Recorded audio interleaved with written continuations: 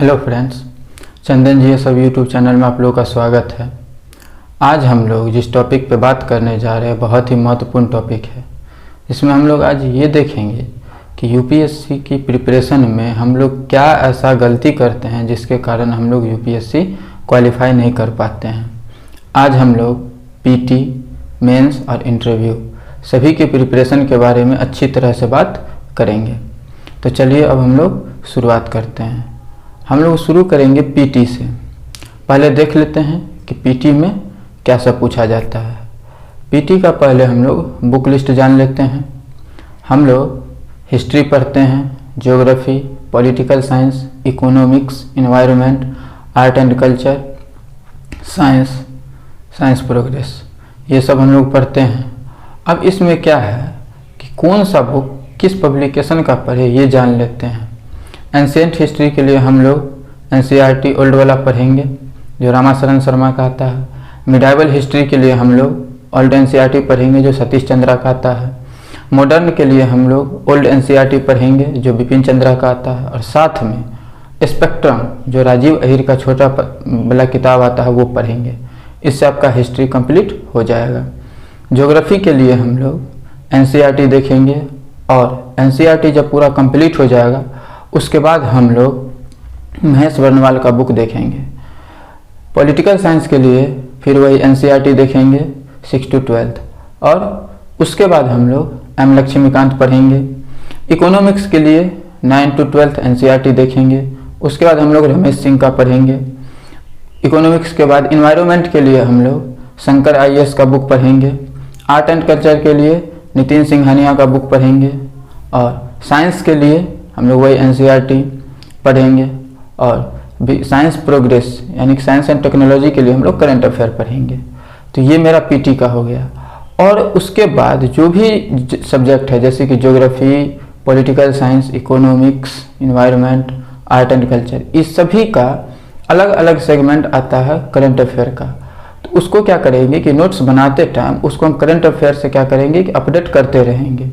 इससे क्या होगा कि मेरा पीटी का पूरा अच्छा तरह से प्रिपरेशन हो पाएगा। तो ये मेरा पीटी का हो गया। और इसके साथ साथ जो एक टॉपिक एक बार हम पढ़ लिए हैं अब उससे रिलेटेड क्वेश्चन बैंक में क्या करेंगे कि देखेंगे कि क्वेश्चन बैंक में वो टॉपिक से कितने भी क्वेश्चन आए हैं उसको बना के देखेंगे। अगर बन रहा है तो ठीक है। उसके बाद हम लोग क्या करेंगे कि प्रैक्टिस सेट बनाना चालू करेंगे। तो ये तो पीटी का हो गया। उसके बाद हम लोग मेंस के आते हैं। मेंस में हम लोग क्या सब पढ़ेंगे। मेंस में हम लोग आईआर इंटरनेशनल रिलेशन पढ़ेंगे, डिफेंस पढ़ेंगे, समाज पढ़ेंगे, सामाजिक न्याय पढ़ेंगे, ई गवर्नेंस पढ़ेंगे, आपदा प्रबंधन, एग्रीकल्चर और इथिक्स पढ़ेंगे। उसके साथ साथ आफ्टर इंडिपेंडेंस भी देखेंगे यानी कि स्वतंत्रता के बाद का भारत को भी हम लोग देखेंगे। तो ये हो गया। अब इसके लिए बुक लिस्ट क्या होना चाहिए, तो इन सभी के लिए दृष्टि आईएएस का जो भी नोट्स आता है उसको पढ़िए, काफ़ी है। और साथ में साथ करंट अफेयर से इसको अपडेट करते रहिए। करंट अफेयर से अपडेट के लिए बुक का माध्यम क्या होगा, तो करंट अफेयर से अपडेट करने के लिए बुक का जो माध्यम है जो विजन आईएएस का हर एक सब्जेक्ट का अलग अलग आता है वो हम लोग देखेंगे। इससे क्या होगा कि हम लोग अपने सब्जेक्ट को अपडेट भी करते रहेंगे और उसका जो प्रैक्टिस सेट है जो क्वेश्चन बैंक है उसको लेंगे और उसके साथ साथ बना के देखेंगे कि हमसे क्वेश्चन बन रहा है या नहीं बन रहा है। तो ये मेरा मेंस का हो गया। अब हम लोग ऑप्शनल पे आते हैं। तो ऑप्शनल जो होता है उसमें 2 पेपर होते हैं और हर एक सब जो स्टूडेंट होता है उसका अपना अलग अलग ऑप्शनल होता है। तो आप लोगों का जो भी ऑप्शनल है आप लोग कमेंट कीजिएगा, हम उस पर एक डेडिकेटेड वीडियो बना देंगे। ये तो हो गया बुक लिस्ट प्रिपरेशन। अब हम लोग प्रिपरेशन का तरीका जान लेते हैं कि कैसे कैसे हमको तैयारी करना है। सबसे पहले हमको एनसीईआरटी पूरा कंप्लीट करना है। जब हम लोग एनसीईआरटी कंप्लीट कर लेंगे तो उसका नोट्स बना लेंगे। उसमें जो भी इम्पोर्टेंट फैक्ट है उसको लिखेंगे जिससे कि क्या होगा कि बाद में हमको रिवीजन करने में आसानी होगी। और तब जो हम लोग एडवांस बुक पढ़ेंगे तो उसका ये फायदा होगा कि जो एनसीईआरटी में नोट्स हम बना लिए हैं और वही बात अगर एडवांस बुक में भी है तो उसको छोड़ देना है क्योंकि उसका नोट्स हम पहले बना चुके हैं। और उसके बाद जो उसमें एक्स्ट्रा है उसको हम लोग नोट्स में जगह देंगे जिससे कि क्या होगा कि बहुत ही कम समय में और आसानी से आप लोग का नोट्स तैयार हो जाएगा। ये तो नोट्स बनाने की प्रक्रिया हुई। अब हम लोग को क्या करना है कि प्रैक्टिस कैसे करना है। तो करना क्या है कि जब पीटी का एग्ज़ाम नज़दीक आएगा तो जब पीटी का 2 महीना बचेगा तो 2 महीना सिर्फ पीटी पे ही हम लोग ध्यान देंगे।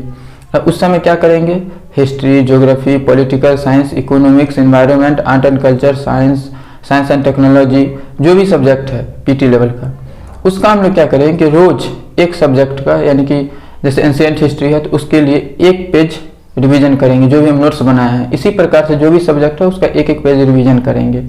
और साथ में साथ प्रैक्टिस सेट, जैसे कि पीटी जीएस के लिए एक सेट प्रत्येक दिन बनाएंगे, सी सेट के लिए एक सेट प्रत्येक दिन बनाएंगे, और करंट से रिलेटेड जो भी सेट आता है वो लेकर उसका भी एक सेट प्रत्येक दिन बनाएंगे।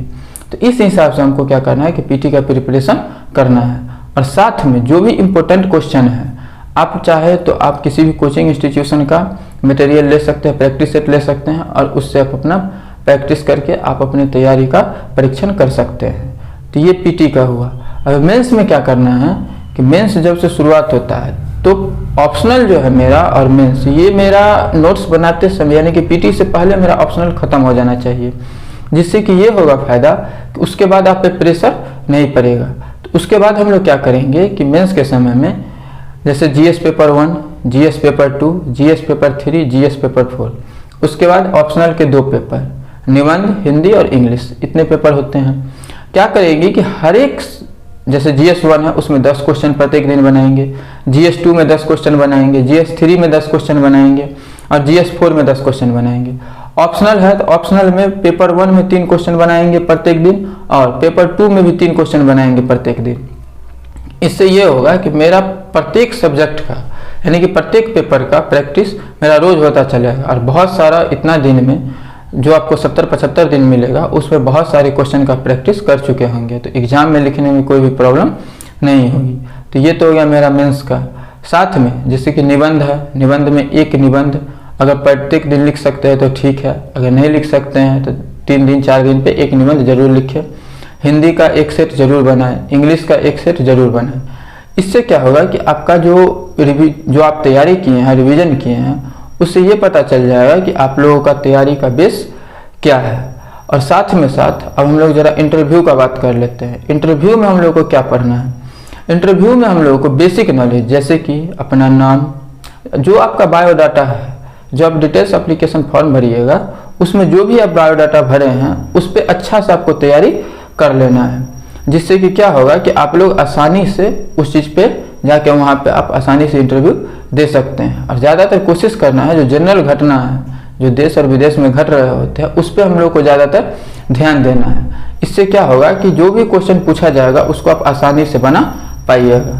तो आशा करते हैं कि आप लोगों को सब चीज़ समझ में आ चुका होगा। अगर आप लोगों को ये वीडियो अच्छा लगा हो तो इसको सब्सक्राइब करें, उसमें बेल आइकन वाले घंटी को दबाएं, शेयर करें, तथा जो भी आप लोग का क्वायरी है कमेंट करें, हम उस पर एक नया डेडिकेटेड वीडियो बना देंगे। धन्यवाद।